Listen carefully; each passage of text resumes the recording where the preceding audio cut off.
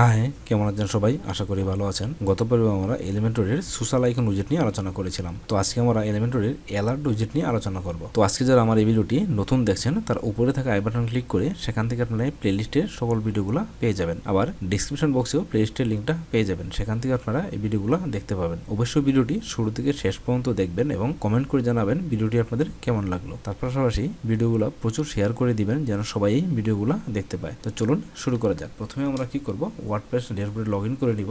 তো আমি already WordPress ড্যাশবোর্ডে লগইন করে নিয়েছি এবং একটি পেজ এখানে ওপেন করে রেখেছি। তো আজকে আমরা এলিমেন্টরের এই যে অ্যালার্ট উইজেটটি রয়েছে এই উইজেটটি নিয়ে আলোচনা করব। আমি দেখব এটি কীভাবে একটি ওয়েবসাইটের ভিতর কাজ করে। প্রথমে আমরা এখান থেকে জাস্ট স্ট্রাকচার নিয়ে নিব এবং আমি এখানে একটি কন্টেনার নিয়ে আসবো। দেখেন আমি জাস্ট কন্টেনার নিয়ে আসলাম। এখন আমি কী করবো, জাস্ট আমার যে উইজেটটি রয়েছে অ্যালার্ট, সেই উইজেটটি জাস্ট ড্রাগ করে এনে ছেড়ে দিব। দেখেন আমার উইজেটটি এখানে চলে আসলো। এখন দেখেন জাস্ট বাঁ পাশে প্রথমে কী রয়েছে, টাইপ কী হবে, দেখেন এখানে কিন্তু ইনফো সিলেক্ট করা রয়েছে। আমরা যদি জাস্ট এখানে ক্লিক করি, দেখেন আমাদের কিন্তু এরকম চারটা এখানে অপশন রয়েছে, টাইপ রয়েছে, যে হচ্ছে সাকসেস, ওয়ার্নিং এবং ডেঞ্জার। আমরা চাইলে এখান থেকে এই যে টাইপগুলো রয়েছে চারটা, এর যে কোনো একটা কিন্তু আমরা আমাদের মেসেজ অনুযায়ী আমরা কিন্তু ব্যবহার করতে পারি। আমি যদি এখানে ওয়ার্নিং দিই, দেখেন আমার কালারটা কিন্তু চেঞ্জ হয়ে গেল, ব্যাকগ্রাউন্ড কালারটা কিন্তু চেঞ্জ হয়ে গেল। আবার যদি আমি ডেঞ্জার দিই, দেখেন আমার ব্যাকগ্রাউন্ড কালারটা কিন্তু চেঞ্জ হয়ে গেল। তো এইভাবে আমরা এখান থেকে যে এই যে চারটা অপশন রয়েছে এখানে বা টাইপ, এগুলো আমরা ব্যবহার করতে পারি আমাদের প্রয়োজন অনুসারে। তো তারপর কী রয়েছে, দেখেন জাস্ট আমি এখানে ওয়ার্নিং দিয়ে রাখলাম এবং তারপর কী রয়েছে এখানে জাস্ট টাইটেল। আমরা কিন্তু চাইলে আমাদের টাইটেলটা এখান থেকে চেঞ্জ করতে পারবো। এই টাইটেলটা হবে জাস্ট আমরা এখানে যে মেসেজটা দিব সেই মেসেজের যে টাইটেলটা সেটাই কিন্তু আমরা এখানে বসাবো। তারপর কি যে কন্টেন্ট কি, আমরা যে মেসেজটা দিতে চাই সেই মেসেজটা এখানে কি হবে, সেই মেসেজের ডিসক্রিপশনটা কিন্তু আমরা এখানে লিখে দিব। এখানে লিখবো টাইটেল এবং এখানে লিখবো আমরা কি ডিসক্রিপশনটা। আশা করি এতটুকু বুঝতে পেরেছেন। তো তারপর কী রয়েছে দেখেন এখানে ডিসমিস আইকন, এটা কোনটা, এই যে দেখেন আমার এখানে একটা আইকন রয়েছে, জাস্ট আমি আপডেট দিই এবং জাস্ট আমি এটাকে প্রিভিউ করি। দেখেন এই যে আমার আইকনটি রয়েছে এটাই আমার ডিসমিস আইকন। জাস্ট আমি যদি এখানে যাই, দেখেন এখানে কি দুটো অপশন রয়েছে, জাস্ট শো এবং হাইড। আমি যদি হাইড করে দিই এবং আপডেট করি, তাহলে জাস্ট দেখেন যে এখানে কিন্তু আমার আইকনটি নাই, আইকন কিন্তু হাইড হয়ে গিয়েছে। আবার যদি জাস্ট এনাবল করি এবং আপডেট করি, এখন যদি দেখেন আমার আইকনটা কিন্তু এখানে, এখন যদি জাস্ট আমরা এখানে যাই, দেখেন আমার আইকনটি কিন্তু এখানে চলে আসলো। তো এইভাবে কিন্তু আমরা এখান থেকে আইকনটি কি ডিসমিস আইকনটি শো এবং হাইড করতে পারি। তারপর আমাদের এখানে যে আইকনটি রয়েছে সেই আইকনটি কী আইকন হবে সেটা কিন্তু আমরা এখান থেকে সিলেক্ট করতে পারি।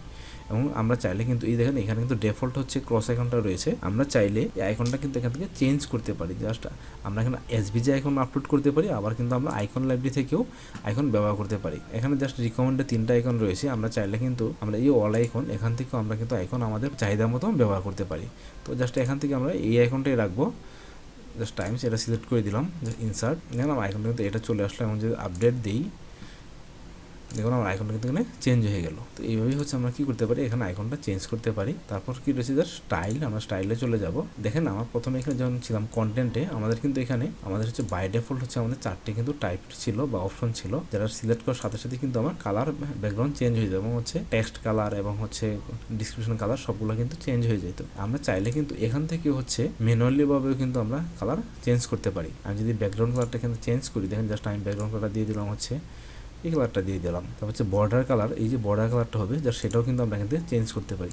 আমি বর্ডার কালারটা দিয়ে দিলাম এটা, এবং এটা উইথ কত হবে সেটাও কিন্তু আমরা এখান থেকে সিলেক্ট করতে পারি। জাস্ট আমি চাচ্ছি এটা উইথ হবে 10 পিক্সেল, দেখুন আমার কিন্তু একটা 10 পিক্সেলের বর্ডার চলে আসলো লেফট সাইডে। তারপর কী রয়েছে টাইটেলে যাই, আমার টাইটেলের কালার কী হবে, আমি চাচ্ছি আমার টাইটেলের কালার হবে হোয়াইট এবং আমার টাইপোগ্রাফি কী হবে, আমি জাস্ট টাইপোগ্রাফিটা একটু বড় করে দিব, আমি চাচ্ছি এটা দিব 24 পিক্সেল। তারপর কী হচ্ছে দেখেন টেক্সট শ্যাডো, আমরা চাইলে কিন্তু এখানে টেক্সট শ্যাডো ব্যবহার করতে পারি। এটা আমি ব্যবহার করতেছি না, আপনারা জানেন টেক্সট শ্যাডো কীভাবে আমরা ব্যবহার করতে পারি। তারপর ডিসক্রিপশনে যাই, প্রথমে রয়েছে কি টেক্সট কালার, জাস্ট আমিও টেক্সট কালার এটা হোয়াইট করে দিব এবং এটা টাইপোগ্রাফি থেকে আমি কী করবো, জাস্ট এটার পিক্সেল সাইজটা বাড়িয়ে দিব। আমি জাস্ট এটা দিয়ে দিব 18 পিক্সেল, দেখুন আমার কিন্তু ফন্টটা একটু বড় হয়ে গেল। এইভাবে আমরা কিন্তু এখান থেকে কী করতে পারি, আমাদের যে অ্যালার্ট মেসেজটি রয়েছে এর ভিতরে ব্যাকগ্রাউন্ড কালার, টাইটেল এবং ডিসক্রিপশনের কালার, ফন্ট সাইজ, এগুলো কিন্তু আমরা এখান থেকে কন্ট্রোল করতে পারি। তারপর ডিসমিস আইকন, এই আইকন প্রথমে কি সাইজ, এটা সাইজ কী হবে, দেখেন এই যে আমার আইকনটি এটা সাইজটা কী হবে সেটা কিন্তু আমরা এখান থেকে সিলেক্ট করতে পারি। আমি চাচ্ছি এটা আইকনের সাইজটা আমি একটু বড় করে দিব, ধরেন আমি এসে দিলাম হচ্ছে 30 পিক্সেল। আমি যদি আপডেট দিই, জাস্ট আমি যদি হচ্ছে প্রিভিউ অপশনে যাই, দেখেন আমার আইকনটা কিন্তু সাইজ অনেক বড় হয়ে গেল। এবং এটা হচ্ছে ভার্টিক্যাল পজিশন কী হবে, আমরা চাইলে কিন্তু এটাকে আরেকটু উপরে নিতে পারি। দেখেন আমি এটা উপরে নিয়ে আসলাম। আমি জাস্ট যদি আপডেট দিই এখন উপরে যাই, দেখেন এটা কিন্তু আমার একটু উপরে চলে গেল। তারপর কী হচ্ছে দেখেন হচ্ছে হরিজন্টাল পজিশন। এটা কি জাস্ট আমি যদি চাই যে হচ্ছে আমি এটাকে হচ্ছে আরেকটু আমি হচ্ছে ভিতর দিকে নিয়ে আসবো, দেখেন এটা কিন্তু আরেকটু ভিতর দিকে নিয়ে চলে আসলো। এখন যদি আমি আপডেট করি এবং প্রিভিউ অপশনে যাই, দেখেন আমার কিন্তু এটা ভিতর অপশনে চলে আসলো।